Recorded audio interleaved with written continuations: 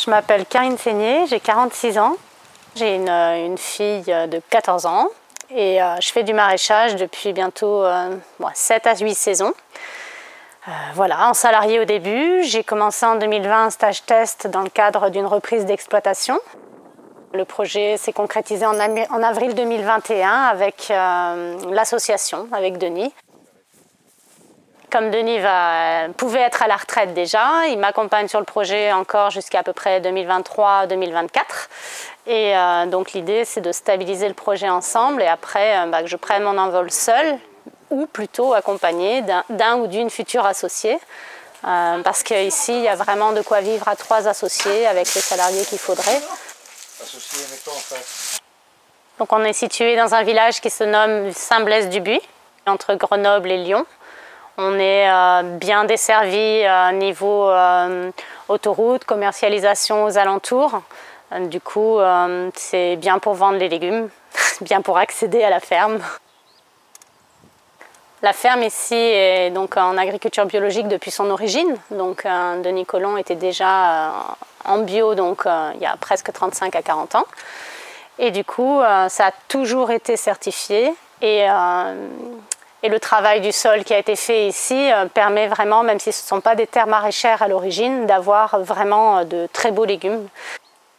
L'expérience de Denis fait qu'en fait on peut se permettre de faire nos plans. Donc on peut voir un échantillon derrière moi.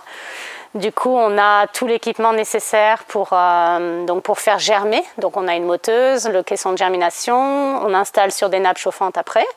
Et évidemment, on plante tout ce qu'on produit. Du coup, après, nous mettons en terre ou en plein champ ou sous serre. Donc, on a un parc de 8000 m² de serre possible. On en exploite aujourd'hui 6000, ce qui permet aussi sur les 2000 restants de faire les rotations de serre.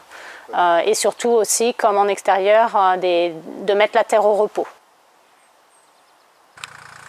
On a de quoi travailler en extérieur donc sur un système de planches permanentes, avec des outils bien spécifiques. Après, on a de quoi travailler donc, pour préparer le sol pour les plantations. On a aussi un petit peu de matériel qui facilite la récolte. Par exemple, une récolteuse à patates, une souleveuse à poireaux, à carottes. Denis a vraiment fait le choix de pouvoir sécuriser le projet pour moi et quelqu'un qui viendra s'installer avec moi.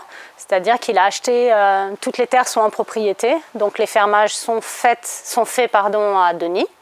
Ce qui fait qu'il n'y a pas de remise en cause du projet dans 5 à 10 ans par exemple. En fait, là, on a assis, alors, il y a déjà ce qu'on a fait qui est plus facile. Je cherche surtout quelqu'un qui va être investi.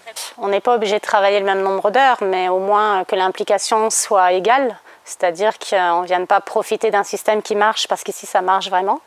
Après, je cherche quelqu'un qui a des compétences, pourquoi pas, mais je sais que s'il n'en a pas, ça s'acquiert. Je suis, je pense, le meilleur des exemples. La motivation fait quand même beaucoup de choses dans la vie et en maraîchage aussi.